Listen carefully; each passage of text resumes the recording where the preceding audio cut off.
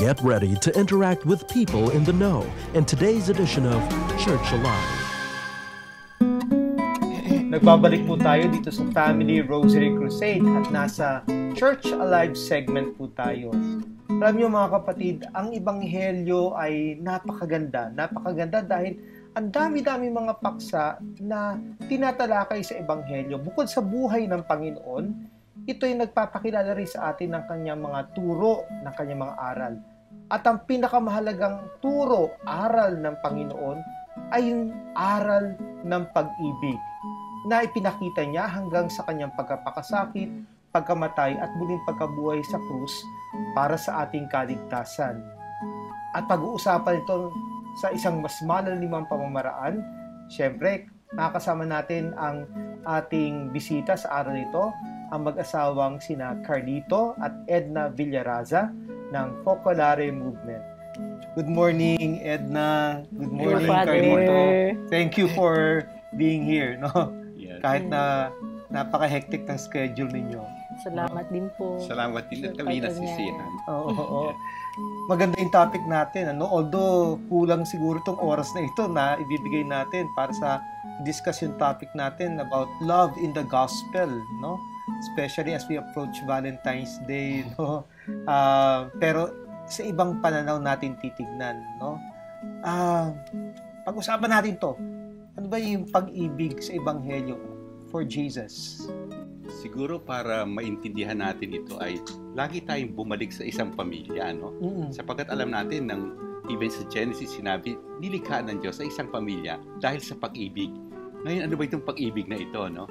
Ito ay dinala sa atin ni Jesus. Kaya nga siya nagpunta sa atin dito sa mundo, hindi una para iligtas tayo sa kasalanan. Pero paano pagliligtas yun? Pagliligtas dahil sa pag-ibig. Pero yung nakita natin ng pamilya, napakahalaga talaga sa mata ng Diyos. No? Kasi siya mismo, isang pamilya. Diyos Ama, Diyos Anak. No? At ang pagmamahalan nilang dalawa, Diyos Espiritu Santo. No? Naging isang tao din. No?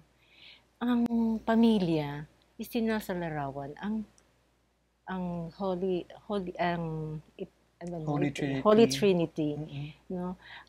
Yung nakita natin na nung bumaba si Jesus dito sa lupa, siya pumunta sa isang pamilya. Nung nilikha nga ang isang katauhan, nagsimula tayo sa isang pamilya.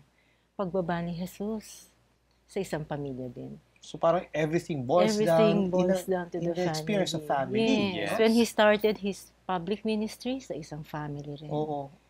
Kung titingnan mo nga at the cross, di ba? Yung son, behold your mother, your son. Si Juan, na kanyang pinakamamahal na apostol, ginawang bahagi talaga rin ng kanyang pamilya. Yes. Ibinigay ang kanyang ina. Nasabi mo nga yan, Ebanghelyo ni San Juan, ano? Doon natin makikita, sa umpisa pa lang ni San Juan, for God so loved the world, that He sent His only begotten Son. Kaya nakita natin, pag-ibig ka agad, ano? Oo. Kaya lahat ay pag-ibig. Kaya makita rin natin, ang buong buhay din ni Jesus ay pag-ibig, ano? Lagi katulad nakita niya yung may sakit, ano? Sabi niya, ano ba yung na yun, ano? Yung na yun, ay nako, itong kasalanan na ito, ano? Kaya, talaga makita sa buong buhay ni Jesus, pinakita niya lahat ay pag-ibig, pagpapagaling niya sa isang yung mga may lepers, ano, the 10 lepers. Pero makita natin, ano, ang importante dito ng pag-ibig, ilan ang bumalik, nasa ng iba, sabi ni Jesus, ano. Pag sabi niya nasa ng iba, gusto kasi niya, tayo rin ay may relasyon sa Diyos. May relasyon sa pag-ibig, ano, pag-ibig sa Diyos, ano. At itong lahat ito ay natututunan natin sa isang pamilya. Doon tayo natutunan na magmahal, katulad pagmamahalan ng mag-asawa, pagmamahalan ng anak sa ina niya at sa anak sa ama niya, at pagmamahal ng isang apo sa kanyang lolo o kay lola, no? So nakita natin lahat doon umiikot ang pag-ibig. Sa pamilya din, may sinasabi nga ng psikolohiya, hayaan mag-away yung mga bata. Kung minsan kailangan natin solving din ng mga bata yung pag-aaway na, doon kasi sila nagsasabi, uy, sorry ha. Doon sila natututo din magsabi ng sorry. So, paglaki nila, natututo din sila magsabi, sorry, nagkamali ako. At nandun din ang pagpapatawaran. So, makita natin lahat ay umiikot sa buhay ng isang pamilya. And this love, no, is seen through many various ways of expressions, like sabi niyo nga, through forgiveness, through repentance, no? Sari-sari, hindi lang basta magsasalita ng I love you tapos na. Yeah. Oo. Kung wari nga, di ba, nung dumating dito si Kristo, dala niya yung kultura ng pag-ibig ng Diyos. No? Dala niya upang ibahagi ito sa atin. At pinakita niya ito sa sariling buhay niya. Okay. For example, yung mismong pagpunta niya rito, he forgot that he is God. No? That's right. He forgot. Kinalimutan niya talaga. No? Dahil gusto niyang mahalin tayo, pakita niya sa atin anong ibig sabihin ng pagmamahal. No? Yung pagsilbi niya sa atin, for example, before the Passion, he washed the feet of the apostles. No? So yung forgetting himself, no, that he is God, yung humility yun, to be of service to the other, no. This is what it means to love, no. Nakakalimutan natin sarili natin at tayo ay mabubuhay para sa iba. And all of these are seen in the Gospels. Yes, pare. Lahat yan ay nasa gospel. Kaya ngayon, anong huling habilin sa atin ni Jesus? Sabi nga niya, no, love one another as I have loved you. So ito yung my commandment, ano. Kaya ito yung sinasabi niya, akin ito, no. Love one another as I have loved you. Pero paano bang pagmamahal? Na lahat sinabi rin ni Jesus sa gospel, ano. Sabi nga niya, no, yung katulad ng pagmamahal ay hindi lang pagbibigay. Sabi rin niya, nandoon din yung forgiveness, which is very, very important. Ito yung in-stress sa atin noong nakaraang taon, di ba? Year of forgiveness ba yun? Yes. The Jubilee of Mercy. Jubilee of Mercy. Kaya kasi, very, very important kasi, kung walang pagpapatawaran, walang pag-ibig. Ang lahat ng sasabi natin, iniibig kita or mahal kita, ayun ay salita lamang. Pero ang test talaga ng pag-ibig nagkamali yung isa, papatawarin ko siya. Kaya nga yung prodigal son, ang ganda, no? The prodigal son, makikita natin, dalawang klase, pero dalawang nagulat nga ako, sabi ko, ay, ang pag-ibig pala, hindi lang yung nagkamali, kundi yung ayaw magpatawad, yung naiinggit. So, doon pinakita sa atin, what is the pure love? Pure love is like what Jesus did, giving His life for His friends. Kaya sabi nga niya, there is no greater love than one who gives his life for his friends. Kaya kasi yung sinabi natin, mukhang faithful na anak, pero hindi, ginagawa lang niya para makakuha siya. Ay, nasan yung aking mana? Pero yung isa naman, nagkamali ako, bumalik siya. Kaya makita mo, doon nakita rin ng yung ama, the great love, His love, great love, and also the love in the heart of that, yung prodigal son, Pero dito sa isang, wala. Wala talaga, Sabi nila, tawag ito? Isang question kasing naandito, nakikita yung fulfillment ng gospel, hindi lamang sa pagbabasa ng gospel, but how is it seen in the lives that we live? Sa inyong mag-asawa, sa inyong pamilya, I know your family, but for the benefit ng ating mga tagapanood, can you give us some examples, how you try to live, how difficult it might be, yung gospel value ng pag-ibig? Meron kasi kami natutunan yung tinatawag naman the art of loving, Yung art of loving is very, very simple, Na ito ay parang ABC ng pag-ibig, sa isang pamilya, or kahit na sinong tao, First, it is to see Jesus, to be the first one to love. Okay. Kasi sa pamilya, kaya dito nga natututunan din ng mga bata, ang mga magulang ang una nagmamahal.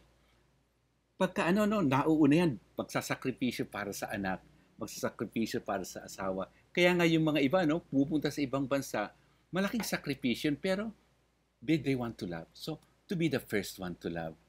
And then, to love everyone, Lahat mamahalin mo. Kaya sa magulang, kahit na suwail yung anak, mabait yung anak, parehas pa rin ang pagmamahal mo dyan. Kumisan nga, mas parang minamahal pa yung suwail. Bakit? Ayun ang pure love, para matuto siya magmahal din, And then yung ikatlo, ano yun?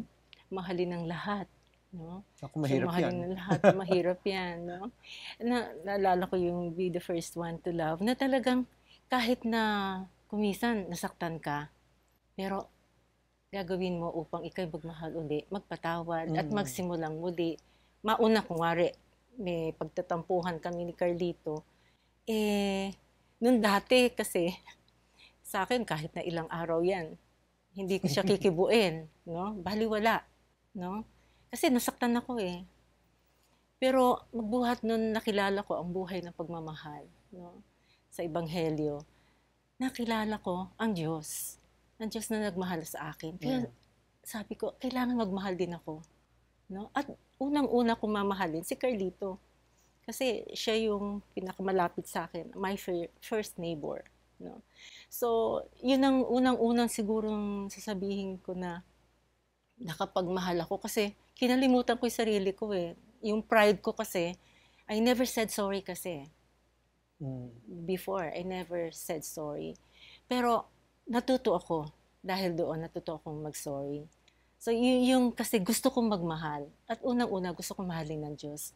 Kaya natutunan ko rin mahalin si Carlito, even in the smallest ways, no? Tapos, yun din sa mga anak namin, no? Yung being the first one to love. Like, for example, gigising ako ng 4 o'clock in the morning kasi 5 o'clock, aalis na si Aldo for school. 6 o'clock, aalis na si Joy for work, no? Pero gigising ako ng maaga kasi I have to prepare their breakfast, their lunch, no? Kasi yun ang love ko para sa kanila. So, kahit na puyat ako, pagod ako the previous day, still, pagtayo ko sa umaga, masaya ako. Nagagawin ko ito kasi gusto kong mahalin sila.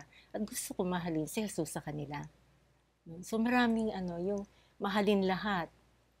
Alam ko, Carlito, Edna, marami pa kayong i-share, no? Though, medyo kapos ang oras natin, ano? Maybe we can have another moment, ano? For us to continue discussing the greatness, the immensity of the love of God, especially as seen in the gospel, and how we will try to live it out, no? Pero salamat, ano, at binigyan nyo kami ng pagkakataon na sabihin, even in this very short time na tayo magkasama, ay mailarawan niyo sa amin. Ano ba ibig sabihin ng pag-ibig na ito according to the eyes of Jesus and how we are to live it out, no? So, thank you, no? You belong to the Focolare movement, and basically the Focolare movement is a movement that speaks about love, that encourages people, that challenges people to love. And hopefully through the lives that both of you live, no, we are given witness to this love, no, coming from the Gospels, no? Thank you very much. No? Thank you. Thank you also. Salamat.